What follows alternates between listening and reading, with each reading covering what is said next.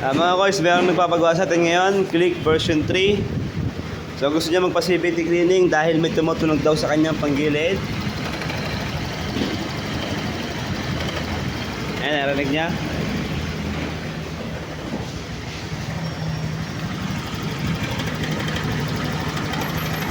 Pag na-revolution natin, mawawala siya. Yun, nabalik. So ito syempre, be honest tayo pag ganito.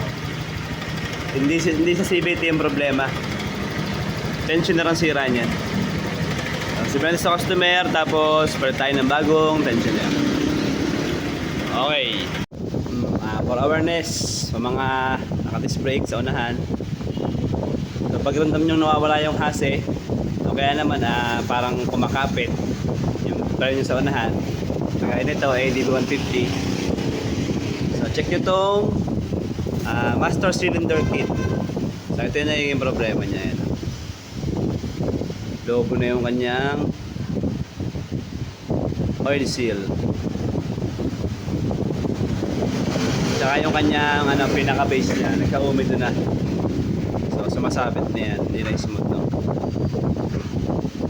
Tapos kasama na yan, linis.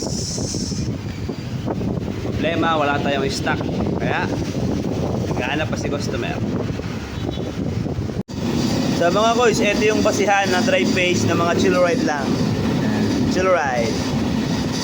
Hindi masyadong nasasagad yung kanilang RPM. Dry paste, oh. Ito parang na, oh. Pumpkin na tinapay, yan. Grabe, bantay na bantay. Hanggang dito lang talaga. Alright. So what's up mga guys? Ang tagal natin walang upload. So napalaban na naman si Kuya Jess ng Skills Olympics. So ito ngayon, Click 125 first change oil. So makapansin niyo yung strainer screen. Yung iba kasi pag first change oil ito binubuksan agad. So pwede naman yan, ano. Pero schedule niya is 12,000 km bago siya linisin. Okay? Okay mga guys, matagal tayong walang upload reels about sa mga motor na kung ano-anong nangyayari sa motor. Meron tayong ginagawa ngayon version 2 on the beat. So ito is bigla na lang siya namamatay. Tapos sabi ng customer may lumalabas siyang check engine. So paano ba tayo magbasa ng fault code error? So ito yung ginagamit natin. Ito yung SCS connector. So dito sa SCS connector, ang nagdidikit dito, itong kulay brown at saka yung kulay green. So ito yung dalawang ito. Itong dalawa lang yung may wire. So ito lang yung dalawang nagdidikit, ano. Tapos basahin natin yung code error. Okay, switch on. So 1, 10, 20, 30, 40, 50, then 1, 2. So code error 52. So pag Honda Beat version 2, code error 52, matik yan, ito problema niyan. So ito naman, common na to, ano.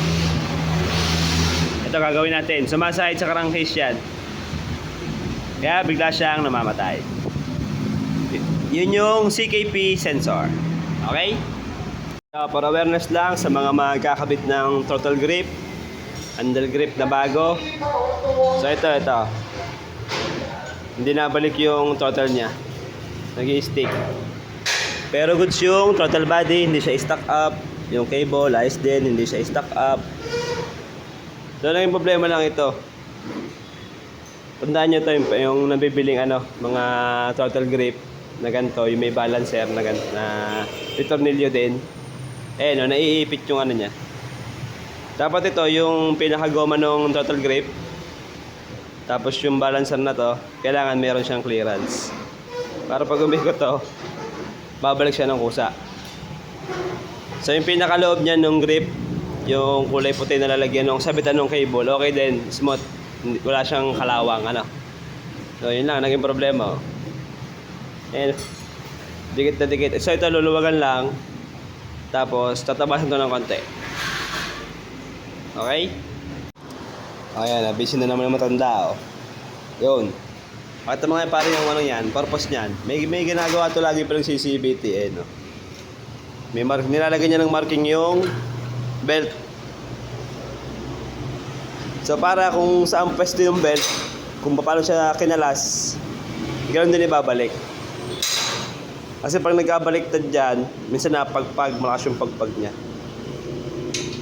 Pero pag bago yung ikakabit nyo, basta nababasa yung code, ganoon yung niya, orientation. May natutunan din naman ako sa matanda.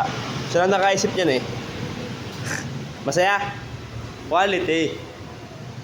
CVT Cleaning ADB 150. 160 pala. Mali-mali tayo ngayon ah. Ayan. Alright. Nag-iisip ko. Buo na yung motor. Ayan, nakasalpak na yung block.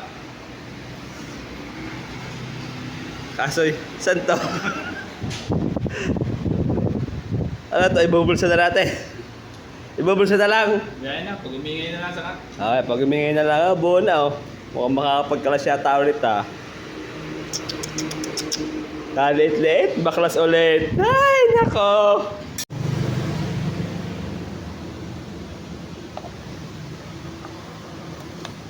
Pang page na lang.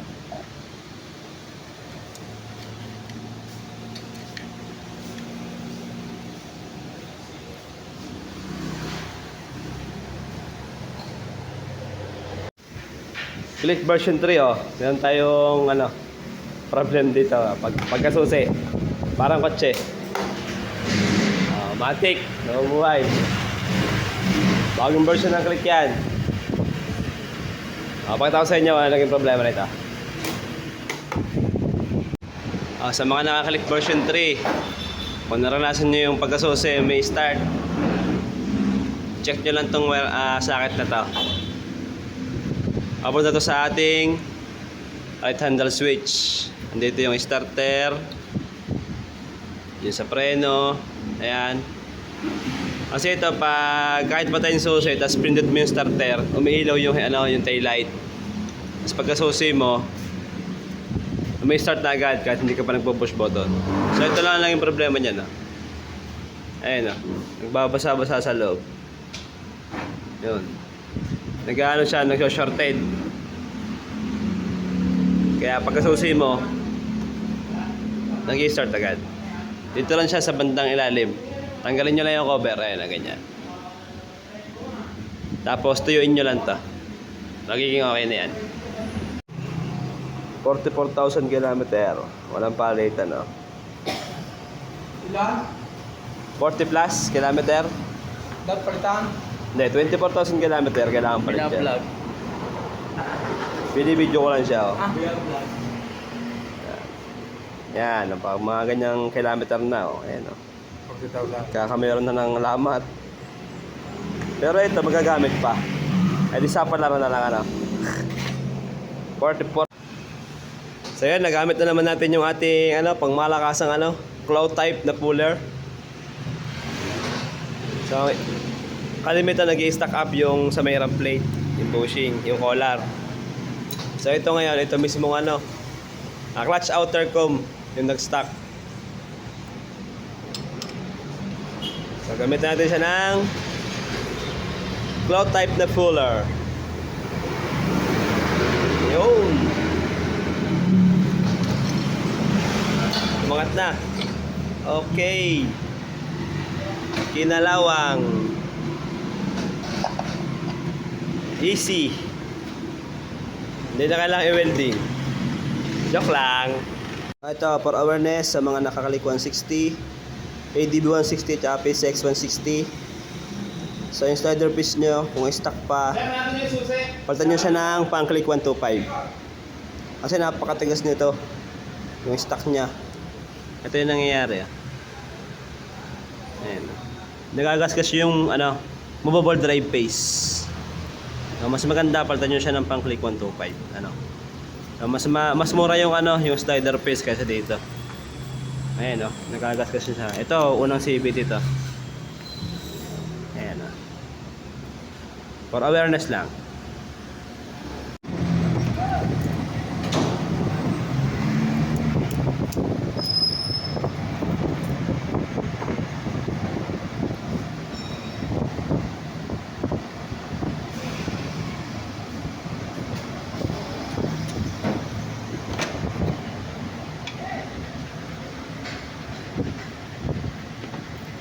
Valve clearance. Honda Click 125. Intake valve 0.10 mm. Sukat nung kanyang nut 9 mm. And then kailangan niya ng pangontra. Yun, suwabe. Halata mo sa makina kapag mahalaga sa langis. Walang kadumi-dumi. So mga boys, kailan nga ba tayo magpapalit ng brake shoe? Anong kilometer or ilang buwan? So wala po tayong kilometer rating na sinusunod kapag sa brake shoe or buwan. So ito po yung ating susundin. Yung kanyang clutch, brake shoe wear indicator. So kapag yung arrow ng arm yung ating brake shoe sa likod is tumapat na dun sa uka, meron siyang uka dito. Yan, pag nagtapat na yung dalawang yan, kapag pinrest nyo yung ating brake lever, pag tumapat na yung arrow na to dun sa uka, matik yan, kailangan nyo na magpalit ng brake shoe. Hindi nyo na kailangang i-adjust ng sagad-sagad. Kasi pag sumagad dyan, posible magkatama yung ating wheel hub. So ito yung brake shoe wear indicator. Okay? Ito mga kois, pag magpapalit kayo ng bagong belt. So saan nga ba yung facing ng belt natin? So kapag ikakabit nyo, pag bago yung belt, kailangan nababasa nyo yung tatak nya, yung code, tsaka yung Honda bando. Yan, ganyan. So pag ilalagay nyo sa may torque drive, ganito. Yan. Tapos pakita ko sa inyo yung paano magkabit ng belt sa torque drive. So ganito lang kasimple yan. Bawin nyo lang yung belt dito.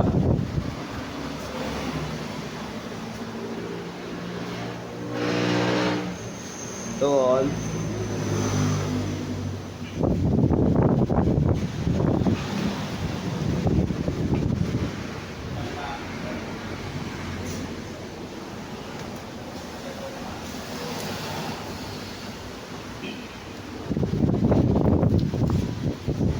Tapos salpak na.